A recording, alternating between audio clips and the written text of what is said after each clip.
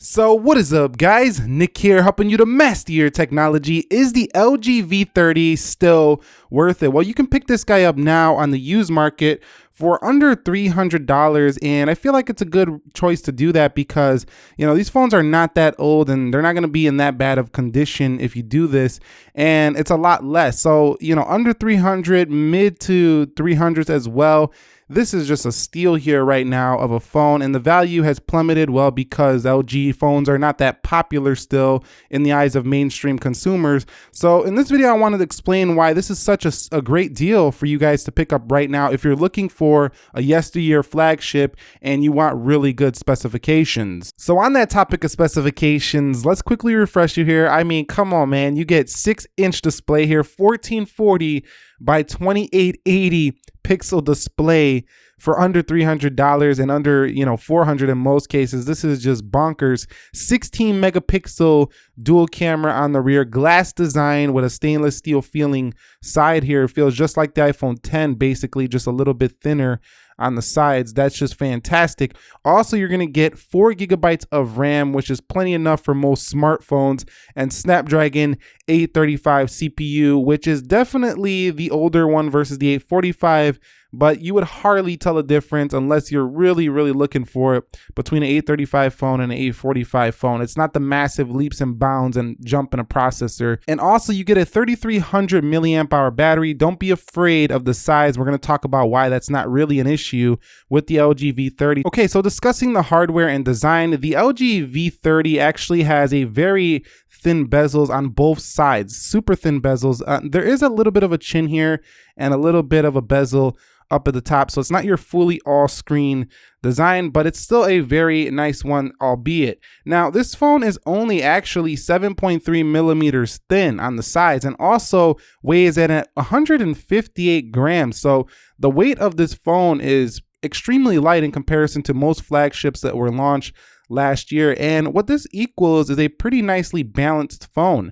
So in the hand, it's very comfortable considering its massive screen size, which is kind of nuts considering that this phone almost feels the height of like a Pixel 2 XL, but it's much lighter than most, you know, bigger phones like an iPhone 8 Plus, for example. Now, this thing has IP68 dust and waterproof up to 1.5 meters. So this is pretty great. MIL STD 810G compliant. So military grade spec here to withstand those environments. So even though this phone looks fragile, it's actually not that fragile. Now, I'm sure the glass can crack if you drop it on the floor or something like that. So you definitely still want a case for the V30, but it's a pretty durable hardware overall. And for me, it's been pretty great when it comes to feeling just super light and super thin. So not a lot of phones actually feel this light for this size. So if you're the type of person who don't like heavy phones, you would really appreciate the LG V30. I want to move on to displays. It's still worth it to buy this in terms of displays. So you do have a POLED display here. It supports up to 16 million colors as most OLED displays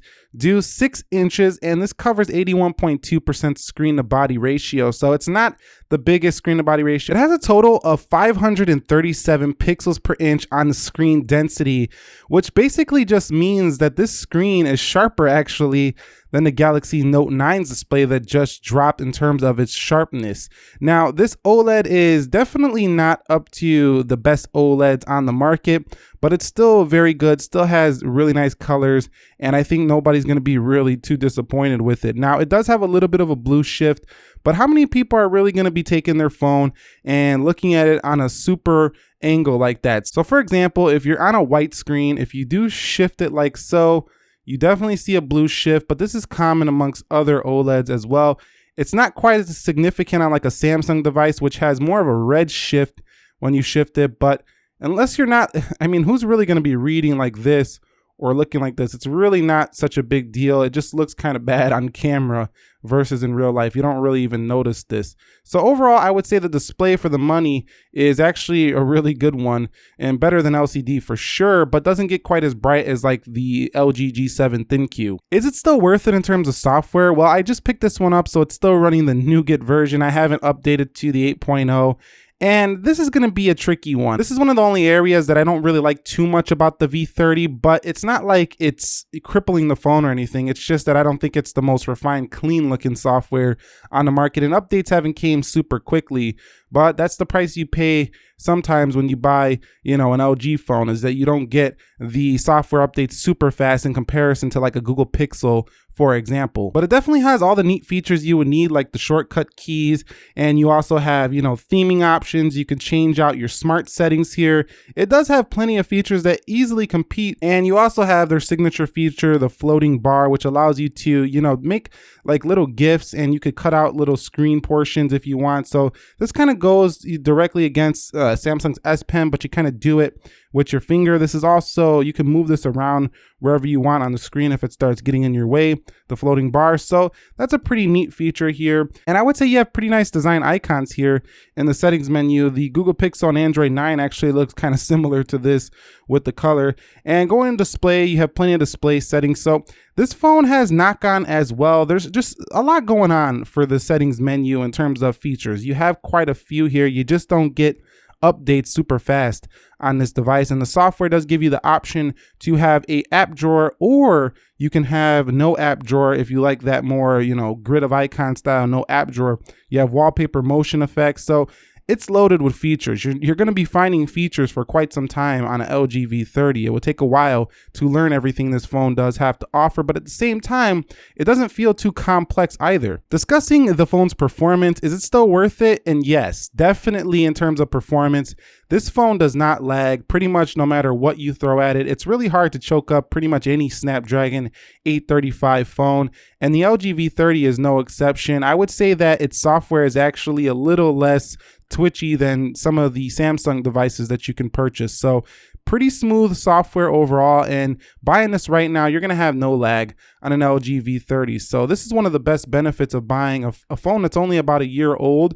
You still get a very up-to-date, modern feeling processor, and it's definitely not slow. So very fast, and very impressed with the performance for the LG V30. Now, one thing I do want to mention is that it has 4 gigs of RAM. So sometimes you're going to have a little bit of a lag when it comes to, opening like 25 apps at once. Some might reload for sure on this phone, but just day-to-day operations, things run very smooth for the LG V30, even here in late 2018. So moving on to battery life, is it still worth it in terms of battery life? Well, with the LG V30, yes, I think it is. I've been using it for a couple weeks now, and this phone has just been very impressive in terms of battery life. It gets me through a full day rather easily, even though it has a 3300 milliamp hour battery.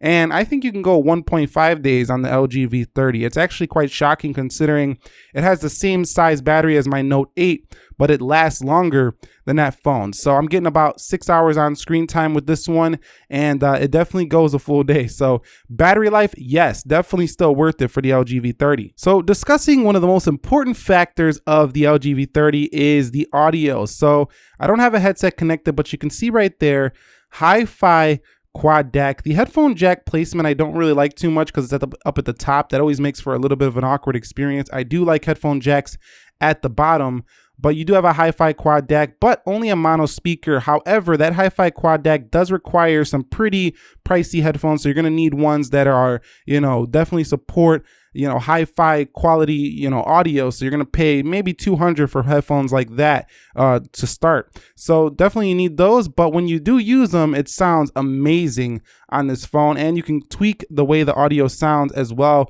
once you have the headset connected. Like I say, I don't really like the placement of the headphone jack, but the sound that comes out of here is pretty much unbeatable.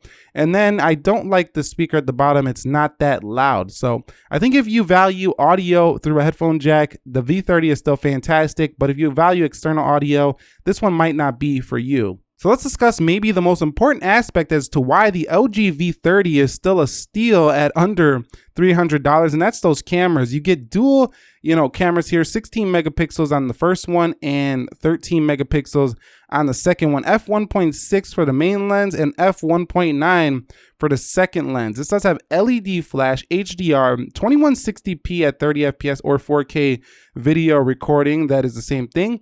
And it really records great sound when you're shooting video. So it might be the best phone for content creators to, you know, just make videos and stuff. You can get a lot of work done with this phone because it has the audio you need. You wouldn't even need a mic to make a pretty decent video with this phone. If you go into modes, it's just loaded with features: manual video, snapshot, match shot, cine video, which is pretty cool for, you know, people who are into film and stuff like that. You can do a point zoom on things, which makes for a pretty dramatic effect. If we go to mode, you do have grid shot, you do have guide shot, food, slow-mo, time-lapse, snap movie, panorama, 360 panorama pop out. And then if we go into settings, you can change your photo size, video resolutions, you know, timers, tracking focus, steady recording. I mean, it is all there here for the LG V30. But being as that it's all there, that to me makes it a little bit confusing sometimes for just a mainstream customer. So if you're into, you know, just taking a photo, snapping it, and don't want to deal with settings, this one's not going to be for you. That would be better for a Pixel. But that wide angle lens comes in very handy a lot of times. I'm going to show you some photo samples I took with this phone in just a minute, but just look how wide that camera goes. It's just ridiculous here for the LG V30. And photos overall fire very quickly, and they come out pretty good if you're in good daylight. I don't think the LG V30 does have the absolute best camera anymore on a smartphone. It never was rated the best, but I think that it has great manual control. And if you know how to use this phone, you actually can produce better photos than most other smartphones. So this is really the phone that you need to take some time and learn how to use the manual modes, and then you can produce the best photos possible. But here is just some photos that I took with the phone. You could judge the camera quality based on a couple of these photos right here.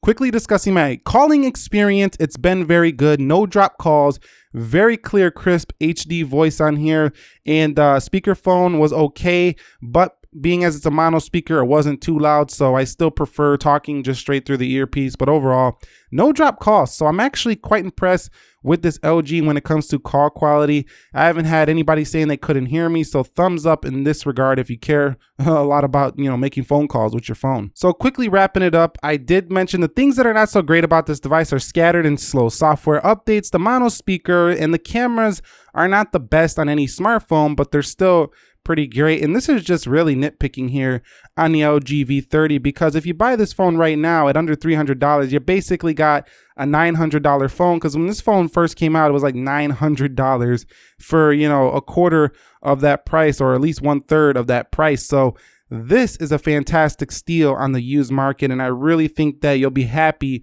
at least for a year or two with this phone, you know, at the money you're going to pay for it. So fantastic option here if you're looking for a yes to your flagship. Do you have an LG V30? Are you planning on buying one, or is there a phone that you were thinking about getting in comparison to this phone? Let us know down below in the comment section of this video. People will answer your questions. I'll try to answer your questions as much as possible.